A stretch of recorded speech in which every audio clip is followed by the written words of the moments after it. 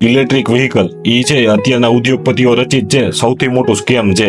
આ વાત છે આજે સમજાવવાનો છું વિડીયોમાં. એટલે પેલા તો છે ઈવી ની જયારે તમે ગાડી લેવા જાવ ને ત્યારે ઈ છે પેટ્રોલ ડીઝલની ગાડીના મુકાબલે છે ને બહુ મોંઘી હોય. આ થયું પહેલી વાત. પછી જયારે છે તમે ગાડી લ્યો ત્યારે છે એમાં જો ફાસ્ટ ચાર્જર જોતું હોય તો ફાસ્ટ ચાર્જરના નામે છે ઈ અલગથી રૂપિયા તમારે છે ઈ આપવા પડે. હવે જયારે છે આ ફાસ્ટ ચાર્જર છે તમે લઈને ઘરે આવો ત્યારે ઈ ફાસ્ટ ચાર્જર ચલાવવા માટે છે ને તમારે 3 ફેસની છે ઈ લાઈન લેવી પડે. એના માટે પાછું છે ઈ અલગ મીટર છે ઈ નાખવું પડે. એટલે સ્વાભાવિક છે લાઇટ બિલ પણ છે ઈ વધારે જ આવવાનું. ઉપરથી છે આ જે બેટરી વાળી ગાડીઓ હોય એમાં 2-3 વર્ષે જ છે વળી પાછી બેટરી છે ઈ ડાઉન થઈ જાય. એટલે વળી પાછી છે જ્યારે તમે નવી બેટરીનો ખર્ચો કરો ત્યારે છે ઈ ગાડીના ભાવમાં છે ઓલમોસ્ટ બેટરી આવે. અને આ જે ઈવી ગાડીઓ છે એની સર્વિસ તો છે ઈ ક્યાંય લોકલ શોપમાં તો થવાની નથી. એના માટે છે ઈ ફરજિયાત તમારી કંપનીના સર્વિસ સેન્ટરે જ છે ઈ જવું પડે અને ત્યાં છે ઈ મોંઘા ભાવે જ સર્વિસ થાય. એટલે એમાં પણ છે ઈ ઉદ્યોગપતિ જ કમાય. એટલે ટૂંકમાં કહું ને તો પેટ્રોલ ડીઝલની જે ગાડી છે એ આખા લાઈફ ટાઈમમાં જેટલું પ્રદૂષણ નથી ફેલાવતી ને એથી જાજુ પ્રદૂષણ તો છે ને ઈવી ની એક બેટરી બનાવવામાં જ છે ઈ થઈ જાય છે. અને છતાંય છે આ ઉદ્યોગપતિઓ છે ઈ જનતાને છે ઈ પર્યાવરણના નામે છે ઈવી છે ઈ વેચી રહ્યા છે.